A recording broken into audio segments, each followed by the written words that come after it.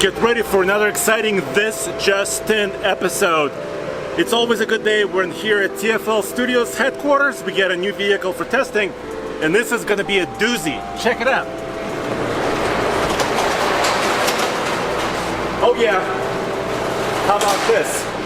This is basically the most extreme high-performance ATV quad, which is from Polaris, the 2021 Scrambler XP1000S. And in this video, I'm gonna show you all the way around it, all the features, all the specs, and of course, in the coming weeks, we're gonna take this off-road and show you lots of off-road videos with this machine, so let's go. The Scrambler comes from a long line of Polaris Sportsman ATVs. Basically an all-terrain machine that's good for work and play. But this is extreme play, extreme sport, because the Scrambler XP1000 is actually way wider than any other Sportsman. So if you look right here, outside wheel, basically to wheel, it's 55 inches wide. It has a very unique custom suspension system, and it's really not meant for hauling trailers or hauling payloads. It's just really fast off-road running. And right here, check it out, 14.5 inches of total ground clearance, which is huge for any ATV or quad. Actually, Case, can you give me the tape really quick? Let's kind of measure this. So this is not super precise. 14 inches right here to the skid plate. The suspension components are actually higher than that, about 15 inches. And as far as width is concerned, 55 to 56 inches wide. Technically, it's called a 55-inch machine, but these 27-inch tall tires actually add some additional width. At the heart of this beast is a 952cc engine, and you can actually get some access to it. Let me show you. A little bit of access here. You can kind of see the top of the transmission, part of the engine. Polaris says 89 horsepower total, which is kind of interesting because their Sportsman XP1000 has 90 horsepower, 90. This is 89, so somewhere along the way, the Scrambler lost 1 horse. But, of course, what it lost in 1 horse, it makes up for its suspension system. This is basically, of course, A-arm independent Walker Evans shocks. Lots of suspension travel, and these are adjustable as well, of course. So you can make the shock a little bit softer and a little bit harder, but on this particular knob, there's no really like an arrow that tells me exactly which way to turn it, to how to adjust it. So I'm not an expert. I don't know every piece of information about this machine, so I wanted to see a little bit more help from this. Right here, you could see where the transmission sits. And the big thing about this Scrambler, it's actually using some of the half shafts and like the front differential and some of the components from the Razor 1000 lineup. So it's a smaller vehicle, but it's using heavy duty components, but it's also not very light.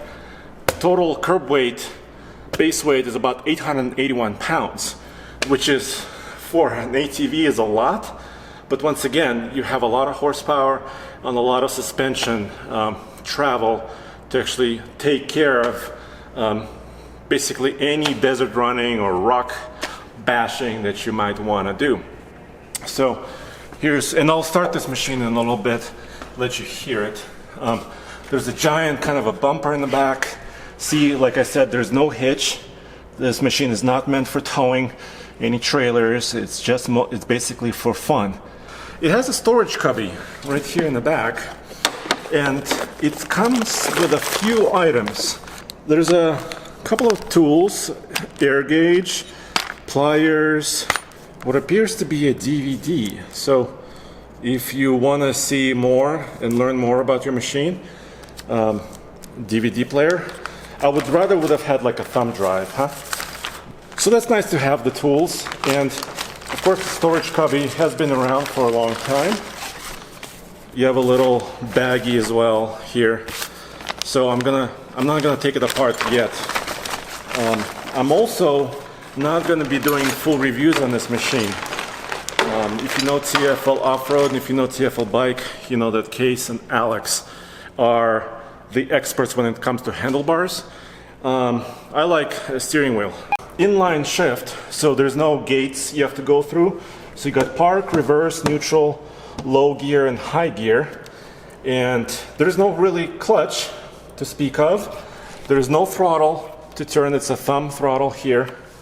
On this side, you got your lights controls, you got your front brake on the left. Normally, if you're used to motorcycles, this would be your clutch for your transmission. All right, so let's kind of try to fire this up. You have a key right here. You also have a 12 volt right here. So you turn it halfway, and check it out. So you got your gauges coming to life. You got your fuel, which is about 5.25 gallons, just over 5 gallons. It's showing your transmission. Shows your transmission position. Also shows you, whether you're in two-wheel drive or four-wheel drive. And then if you're in park and if you have your brakes engaged, you can actually twist the key again. It's running. All good. So then, of course, you have other controls. Of course, you have an engine cutoff and lights. Let me see if the lights are working. And there's also a light bar right here in the front. It's pointing upward right now because this Scrambler was just delivered to us a little bit ago, and we haven't had a chance to really realign everything. So there you go. So kind of simple controls. It starts kind of like a car or a truck with additional twist of the key. So that's pretty standard, but everything else is really not standard. You really need to know exactly how this machine operates before you actually get into it. Let me show you the front really quick, because that's pretty interesting as well. So there's a little access panel here.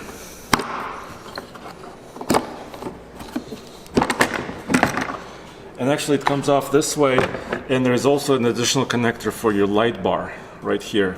But everything is kind of hooked in. You've got your coolant, access to your coolant, and also your battery. So it's actually pretty simple to reach your fuses, some of your wiring. You can see your radiator. So if you think about fixing this machine, maintaining it, or fixing some problems when you're in the desert, it's relatively simple, I think, to actually get to some of the stuff and actually start fixing it. Yeah, so this machine has some big numbers. Like I said, it's about 55 inches wide. It's 14.5 inches of ground clearance, that's what they list. 27-inch tall tires. These are the Duro all-terrain tires. You can kind of see 27 by 9 by 12. So yeah, pretty beefy tires. What about pricing and competition? So pricing on a Scrambler starts at just over 14,000. Of course, you can add some options to it. This one also has a rear cargo rack system. Total payload of around 290 pounds. So, I need to lose some weight if I want to carry a few more things on this thing. And then one of the main comparators is Can-Am Renegade 1000R. So that's also a very high performance ATV that has 91 horsepower, but not as much ground clearance as this, and it's narrower. The Renegade is about 50 inches wide, this is 55. And that's of course done for stability. But when you're riding this, of course, you gotta shift your weight as you're making your turns. So it's a whole different ball game. We all know that 48 inches is 4 feet wide and it fits in any truck for that matter. But what about a 55-inch wide machine or even a 56-inch wide machine? Well, right here I have a brand new Silverado Trail Boss. So actually let's see how wide the bed opening is and let's figure out if a scrambler will actually scramble its way up here. You see that? It's about 59 inches right there. So yes, a machine that's about 56 inches wide will be able to roll in here. Between the wheel wells, it's about 50 inches in a Silverado, and that's pretty standard for most full-size trucks. They differ by about ½ inch over there.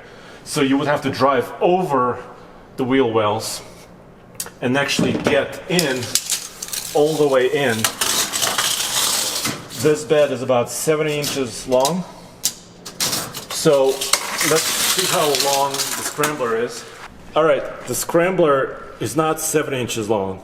It's about 91 inches long with the tires. So you will have to hang out on your tailgate if you're carrying this in a standard bed, short bed, full-size truck.